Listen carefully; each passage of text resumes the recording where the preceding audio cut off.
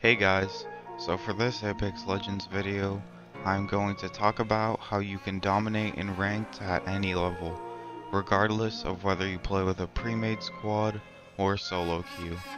The devs made a lot of changes to the rank system during Season 8, including adding separate diamond lobbies and increasing the amount of people that can be predators from 500 to 750, making Season 8 the best season yet to grind ranked.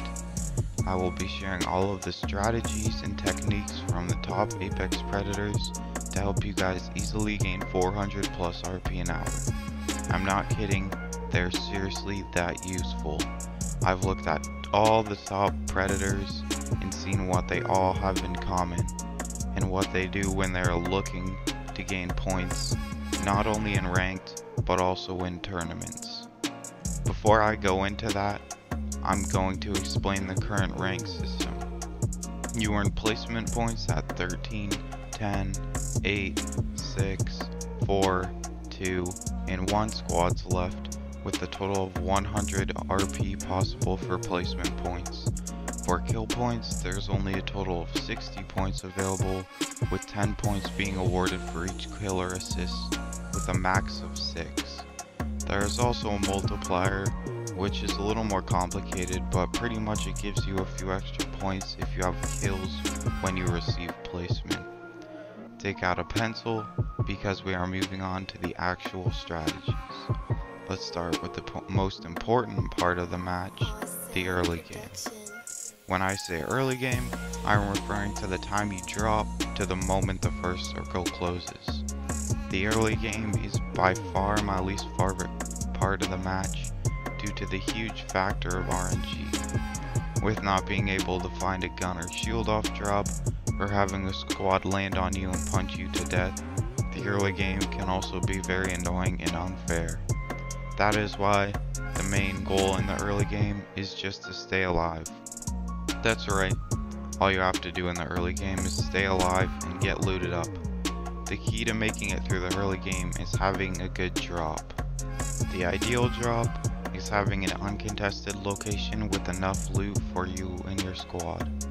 My best tip for getting an uncontested drop is looking back at everyone dropping. You can see the contrails of where they're going, and when you see no one dropping a certain way, then you can jump out or ping to land that way if you're not jump master.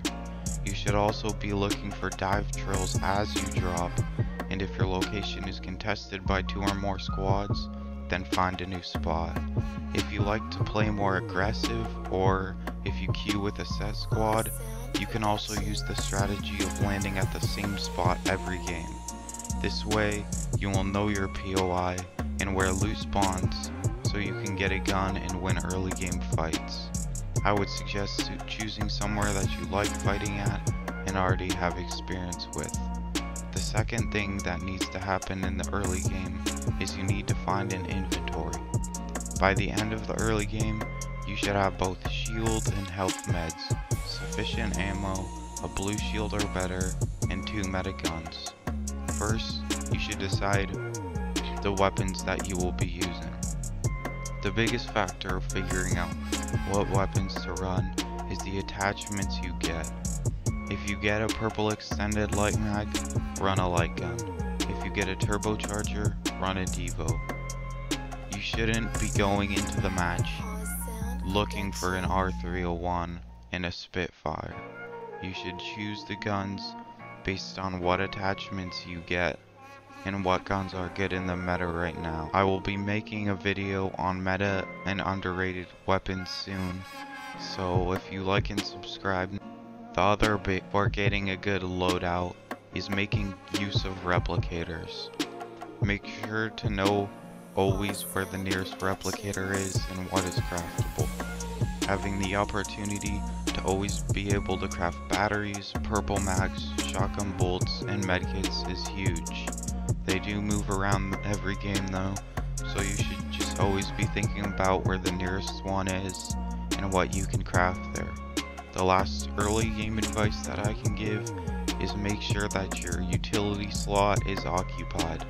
If you didn't know, the utility slot is a new space separate from the rest of your backpack that can only hold the new heat shields and mobile respawn beacons. Whenever you find heat shields, pick them up. Heat shields are currently meta and win games. I do have a few tips with the new heat shields. If you are edge zone or just came out of the zone, then you can throw the shield so half of it is in the safe ring and half of it is in the zone. You will still get the full 50% fast heal and 20% fast revive benefit of it. Also, if you are only carrying one heat shield and find a stack of 2 to pick up, it won't let you just swap the 1 out for the 2.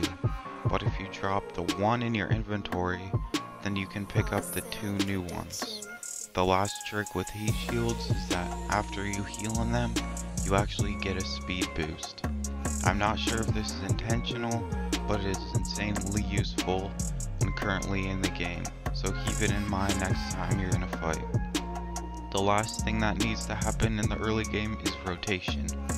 This is the best time to locate the nearest survey beacon and scan it if your team has a legend able to.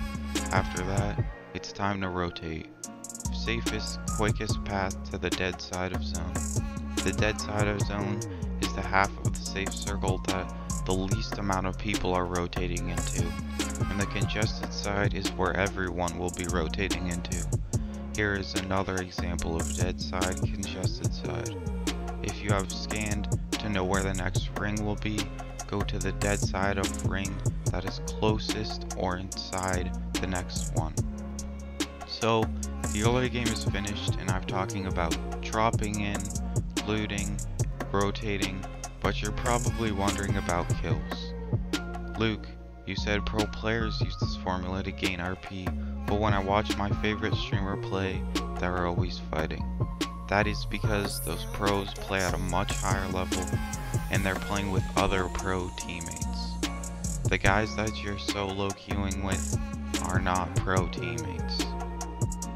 Also, the pros are making content for a living, but they need high kill games to be able to keep their stream interesting and post to their YouTube. It results in a lot of really good high kill games, but even more -48s or -60s. If you still don't believe me, then go watch ALGS or practice scrims, and I guarantee that every pro team there will be playing extremely passive until endgame, just because that is the best way, the fastest way, and the most reliable way to gain points in ranked and tournaments. Okay, before we go on to talk about the middle game, it would be super great if you could like this video so that more people see it, and comment letting me know what you think so that I can try and improve. If you played the early game right, then the middle game should be the simplest part of the match. All you have to do is make good rotations and you guarantee yourself a spot in the end game. Once the first zone closes and the second zone is revealed, rotate to the dead side of it. It should be super easy for you to get there, because if you followed my advice, you should already be dead side of zone. Oh, and by the way, for all you guys looking to fight, the dead side is the best place because you won't get third partied. After the second zone closes in and the third zone is revealed, try and get the most central position, preferably a building, but anywhere with cover will work, and set up there. Positioning yourself in the middle of the third zone will set you and your team up for the best for the fourth and fifth zones. I'm sorry if this is confusing, but once you get it down, it's super helpful.